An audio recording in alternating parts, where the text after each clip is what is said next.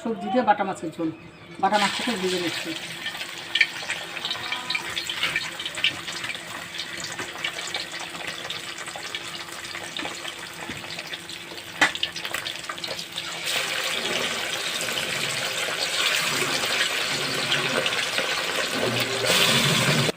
মাছটা ভাজা হয়ে গেছে, এবার মাছটাকে তুলে নিচ্ছি।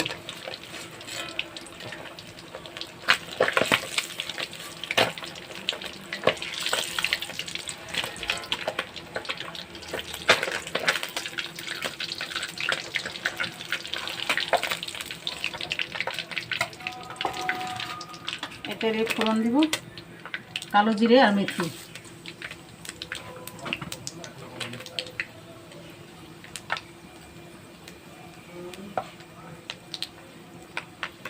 হলুদের গুঁড়ো, ধনে আর লঙ্কার গুঁড়ো।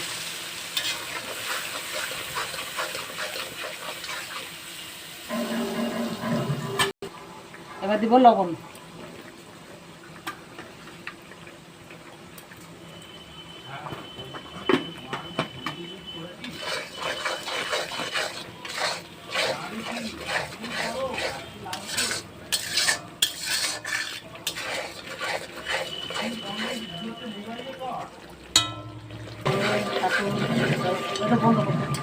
মশলাটা একটু কষে নিয়েছি, এবার সবজিগুলি দিয়ে আবার একটু কষিয়ে নেব।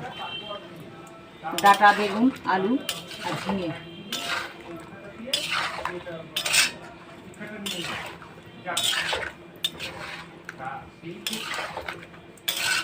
ভালো করে কষিয়ে নেব। এবার ঢেকে দিচ্ছি। মশলাটা সবজি কষানো হয়ে গেছে, ঝিঙের জল উঠছে এখানে উঠে, এবার ঝোল দিয়ে দিই।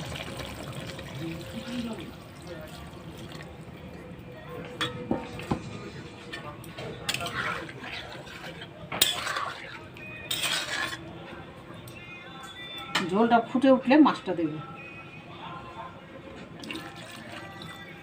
ঢেকে দিচ্ছি। লবণটা দিয়ে দিছি, দেখানো হয়নি। সবজিটা সিদ্ধ হয়ে গেছে বন্ধুরা, এবার মাছটা দিয়ে একটু পাক উঠে নামাই নেব, জলটা ফুটে গেলে।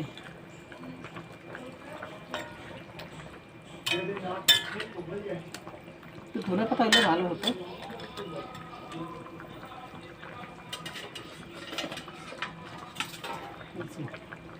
বন্ধুরা মাছের ঝোলটা হয়ে গেছে, এবার নামিয়ে নিয়ে দেখাচ্ছি।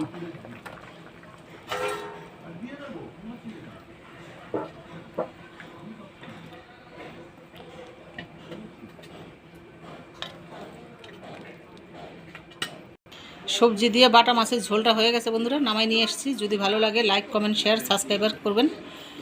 আমার একটা ফেসবুক আছে, পেজ আছে, পেজটা একটু ফলো করবেন। প্রথম থেকে শেষ পর্যন্ত ভিডিওটা দেখবেন।